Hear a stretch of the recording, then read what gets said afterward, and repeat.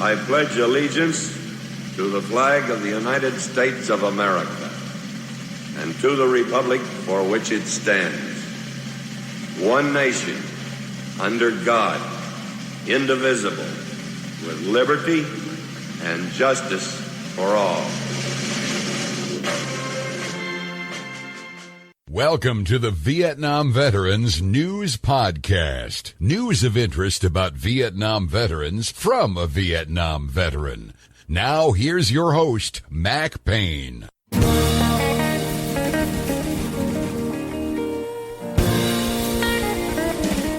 This is Mac Payne here with episode 1712 of the Vietnam Veteran News Podcast. News about the Vietnam War and the brave veterans who served there, as told to you by yours truly, a Vietnam veteran and a very special guest. That's right, Dr. Bob Rodrigues, a highly renowned history professor at Duquesne University in Pittsburgh, Pennsylvania, right there on the banks of the Monongahela River, is going to join us today and give us a picture of the two armies that fought in Vietnam. He's going to give you some information that is very informing. I spent 2 years over in Vietnam. Thought I knew a little bit about what was going on over there, but after listening to what Dr. Bob has to say about it, there was a whole lot I did not know that I do know now after listening to him. You're going to feel the same way, I'm sure.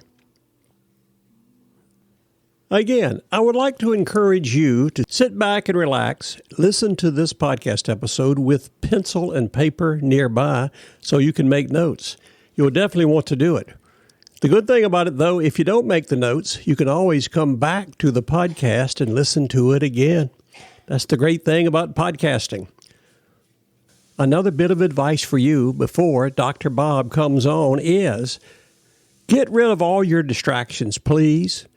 Turn off your TV, hide your cell phone somewhere, get rid of all the noisy people in the room so you can devote all your attention to the valuable information Dr. Bob is going to present to you. Go ahead and do that, and then, without any further ado, Dr. Bob, you've got the controls. Go for it. Hi, Mac. Great to be back. I think we left off last time in 1966, early 1966.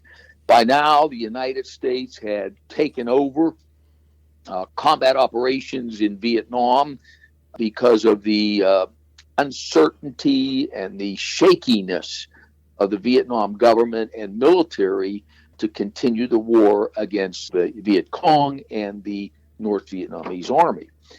In January, I think we left off where President Lyndon Johnson gave the speech of commitment where he said, well, we are not going to back down, we're going to continue. Now, I want to stop here, take a pause, and look at the combatants, okay? Meaning, let's look at the American combat soldier in Vietnam. And then we'll move to the enemy, and that is the North Vietnamese Army and the Viet Cong. And then once we get a nice look at them, we'll go back to the story, which will be in 1967, Escalation, up to the Tet Offensive. Now, I'm going to encourage a lot of what I'm going to be talking about with regard to the American combat soldier is going to be giving a lot of data which will create a profile of what the soldier looked like, who was there, who represented the United States in the jungles, in the cities, in the highlands of Vietnam. So let's start. Vietnam veterans make up about 9.7% of their generation, so approximately 1 out of 10. The real hard fighting fell to about 300 to 500,000 men, mostly infantrymen, grunts, men on the ground. It was a land war. There were 7,484 women who served in Vietnam. 6,250 of them were nurses. So 6 out of 7 were nurses. Some, of course, served at offices or served in communications or served in maybe some strategic areas, but not as nurses. The American soldier, about 81.3% were Caucasian. 12.5% were African American, 5% Hispanic, and 1.2 other, okay, which would be American Indian, Asian. Now, 25% by the end of the war, of the armed forces were draftees. Now, compare that to World War II, in which there were 66% were draftees, 2 out of 3. But again, it was the nature of the war. Pearl Harbor caught us, boom, ready. Had to jump in, and of course, people ran to become part of the effort to defend the nation. 30.4% of the killed in action in Vietnam were draftees. Okay, so 25% of the armed forces, but 30.4% of the KIA. Total draftees, 1,728,344, and 38% of them served in Vietnam. Okay, so there were many that served in, say, Korea, Germany, Japan, other hotspots in our world. 76% of the men sent to Vietnam were from the lower middle or working class backgrounds. Now, what this indicates was that for those who were more well off, they could find ways to get out of Vietnam. In other words, it could be school, it could be medical, it could be a variety of methods. So most were the lower middle and working class backgrounds. Now, the average age of a killed in action in Vietnam, average now, is 22.8. But the median of the combat soldier killed in Vietnam was 19. Now, the difference is, average, you take everybody's age and you divide by 2. The median is often a better measure compared to the arithmetic average, because what it says is about 1/2 were 19 or younger, and the others were older. In 1982, 7 years after the war, American Broadcasting Corporation did a TV documentary on, and it was called The Vietnam Requiem. And they basically came out with a statement that the average age of a Vietnam combat soldier was 19. Okay, 19 in Vietnam. Now compare this to the average age of the soldier in World War II, which is deemed at 26. American casualties. The total names on the wall after we do a look at duplications and so on is 58,276. Hostile deaths made up 81% of that number, 47,238. Non-hostile deaths were 19%, 11,080. By non-hostile, we mean there were accidents, there was maybe a disease, disease-related. There were murders. I think I recounted one of Mr. Griffith back in 1955. There were 8 nurses killed. One was a KIA. Okay? Deaths by region. From people or from combat soldiers from the South, 31.1% of our soldiers who were killed in action came from the South, 29.9% from the West, 28.4% from the North, and 23.6% from the East. Okay, those are some of the numbers. And, those are fairly palatable numbers. Sometimes in keeping statistics like this, there are errors, and we find them, but they're very close.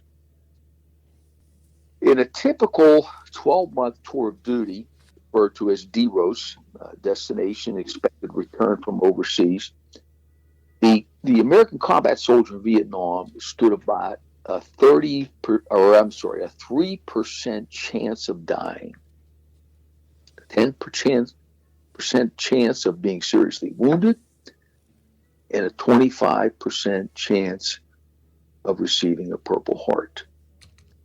But it was really the constant specter of death that hung over the soldier that frayed the nerves and oftentimes provided lasting images of their combat, and especially the death and destruction in an age of modern warfare.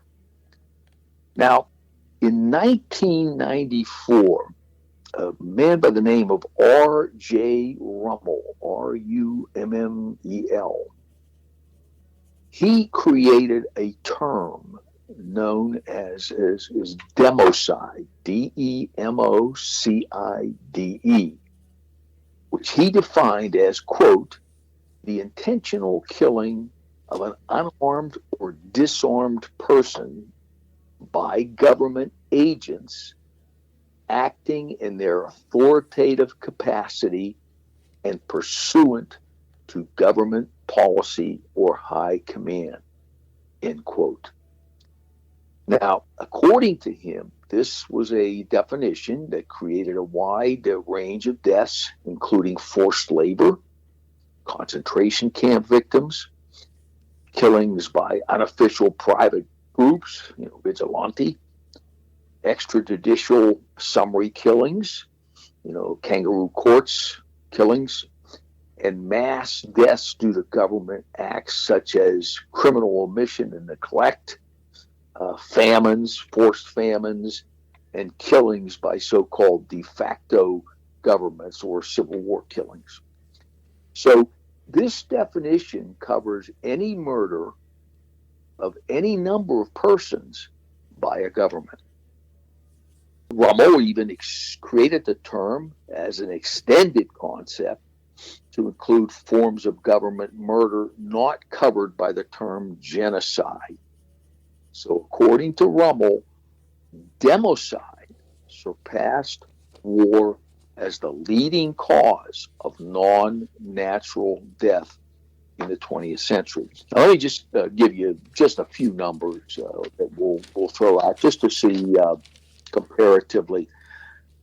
Democide by North Vietnam and Viet Cong, he places them in three categories. He calls it the low estimate of death, the middle estimate, and the high estimate. His low estimate is 131,000. These were 131,000 deaths caused by North Vietnam or Viet Cong under the concept of democide, not direct war, but the sidebars of war. 214,000 is the middle estimate, and 302,000 is the high estimate. He goes into the North Vietnamese Viet Cong military and civilian dead, democide by South Vietnam, Cambodians, Laotians, and grand totals as well. I recommend, if you're interested in this, do a little search on R.J. Rummel and democide, and he will give you a kind of little bit of an account of how that fits in with the Vietnam War. In fact, the Vietnam War really inspired him to look at this concept or create this concept of democide. Okay, so that is a profile of the American combat soldier in Vietnam. And again, it's just a kind of a blanket look at who made up that combatant from the American side in Vietnam. Okay? So what I'm going to do now is to shift over to our enemy. America's enemies consisted really of two main bodies, and one was the National Liberation Front, the NLF, better known as the Viet Cong or the VC. They began as a political organization officially on December 20th, 1960, and their military arm was basically known as the Viet Cong. The North Vietnamese Army are also known as PAVN, or the People's Army of Vietnam. They had been known as the Viet Minh under the French. This was the Revolutionary Army. So when they officially became North Vietnam, they changed over to the NVA, or North Vietnamese Army. The main four leaders in North Vietnam were as follows. Ho Chi Minh held the title of President of Vietnam. And as I've indicated earlier, he had taken on by the mid-60s kind of a spiritual leadership. He was the front of the opposition to the United States and the South Vietnamese. He was the face of the opposition. But he had actually taken a back seat to Le Duan. Le Duan was the head of the Communist Party in North Vietnam. That was his role. A third individual was Pham Van Dong. That's probably the first time I've mentioned him. It's PHAMVANDONG.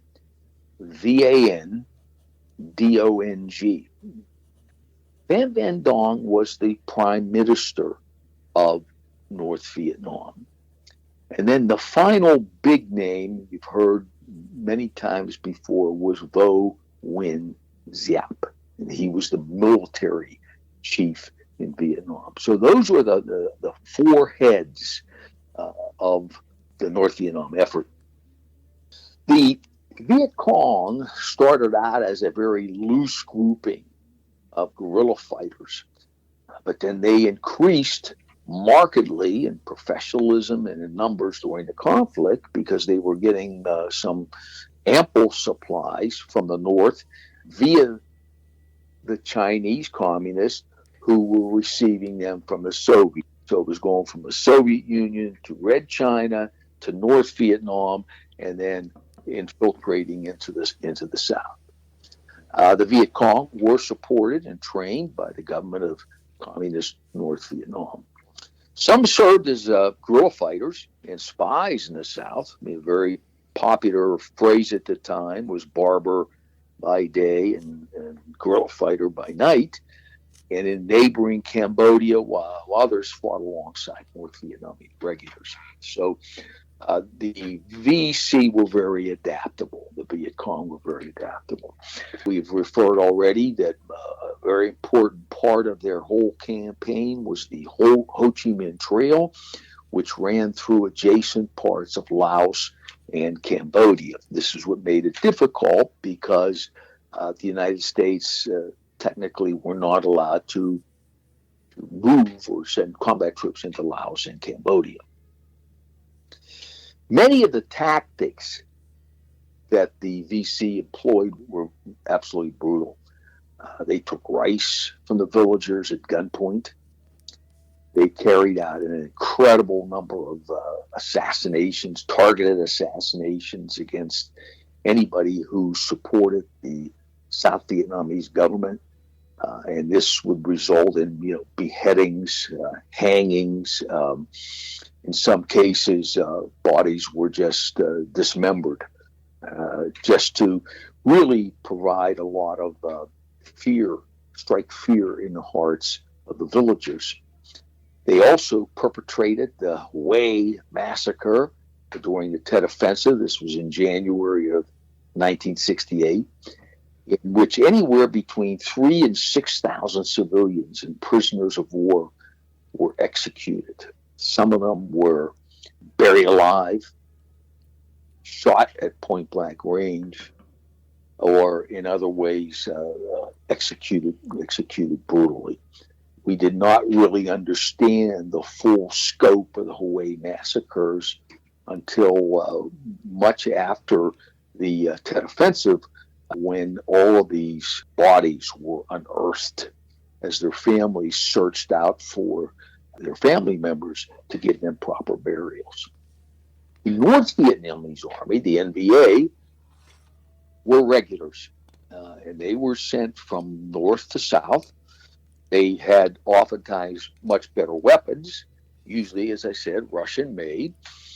They received better training. They used hit and fight and then escape back into Laos, Cambodia, or in North Vietnam, rest, regroup, and rearm.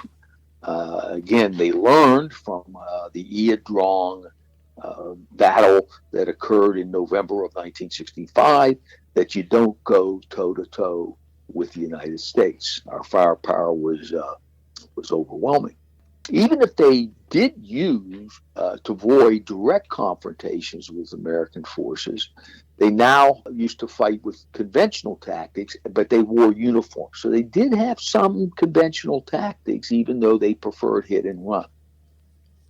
Then, of course, sometimes they engaged the United States or the ARVN in large battles too, but again, hit and run was more common. We're going to see something like Lam Song 719 occurring in 1971, Operation Cedar Falls, and Operation Junction City, which we'll refer to in our next podcast. So, in essence, you had a very professionalized army on one hand that had been properly trained by the Chinese communists and their military advisors, and were receiving UK-47s and all from the Russians. So they had some very good materiel. Again, they lacked air support. They did have anti-aircraft fire. And then you had the VC that grew increasingly more, I guess, professional. But what really hurt them was the Tet Offensive. After the Tet Offensive, in essence, broke the back of the VC. Okay? You're going to see them after that, but their role will be much more diminished. Okay? Because, in essence, the Tet Offensive almost hit what they refer to as the tipping point. General William Westmoreland usually referred to the tipping point, and he called the tipping point the point in which there are more enemy deaths than they can return soldiers into the field. And this is you're going to hear in our next episode, we'll talk about the search and destroy missions that were performed by American soldiers. But then as we got a little bit later in those, about closer to 60, 67, 68, we began to change to what they called body count. And body count fit in more with the idea of a tipping point. That gives us a picture of the two armies and a little bit of their tactics, who made up those armies, and we are now sitting in early 1966, and when back, we'll go up to the Tet Offensive in a period that we call escalation. And I mean, the escalation now is at high premium. It is way up. Okay, and we'll reflect that in some of the numbers that I'll show you. Okay, Mac, thank you, and we will talk again. Looking forward to next time.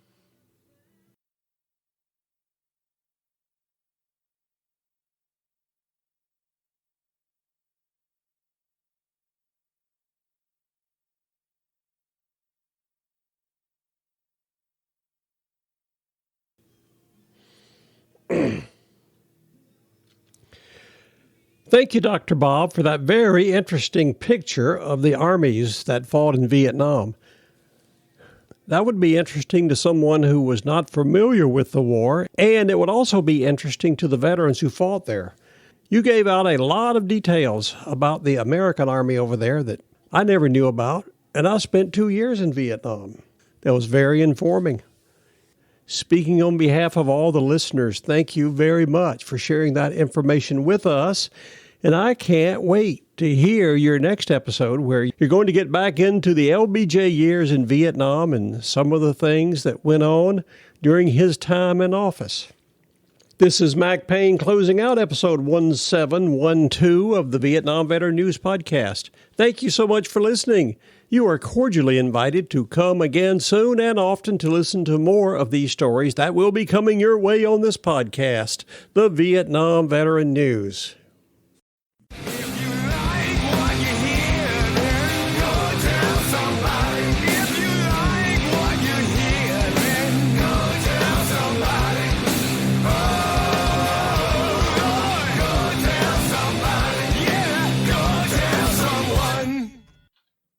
How about that? Ain't that a mess?